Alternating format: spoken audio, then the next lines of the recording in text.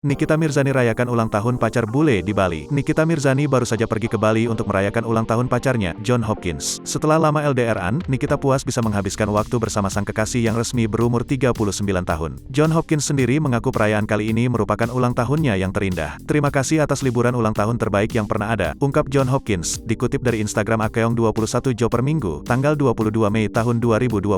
Pria asal Amerika Serikat ini datang ke Indonesia beberapa hari yang lalu, setelah selesai bekerja sebagai kru American Racing Team di MotoGP Prancis. Kedatangan Hopkins di negara asal kekasihnya disambut dengan antusias oleh netizen Indonesia. Banyak orang turut mengekspresikan rasa bahagia terhadap Nikita yang bisa bertatap muka dengan sang kekasih setelah sekian lama. Sebelumnya dikabarkan, Nikita terakhir kali bertemu dengan John Hopkins di MotoGP Portugal pada bulan April tahun 2022. Kala itu, Nikita mengunjungi Hopkins yang sedang bekerja sebagai coach pembalap. Baru 1 bulan berpisah, pasangan kekasih ini tampaknya sudah tidak kuat menahan rindu. Momen kebahagiaan mereka tertangkap kamera saat sedang nyantai di pesisir pantai Bali. Wanita idamanku, di destinasi idaman, tulis Hopkins Sabtu, tanggal 21 Mei tahun 2022.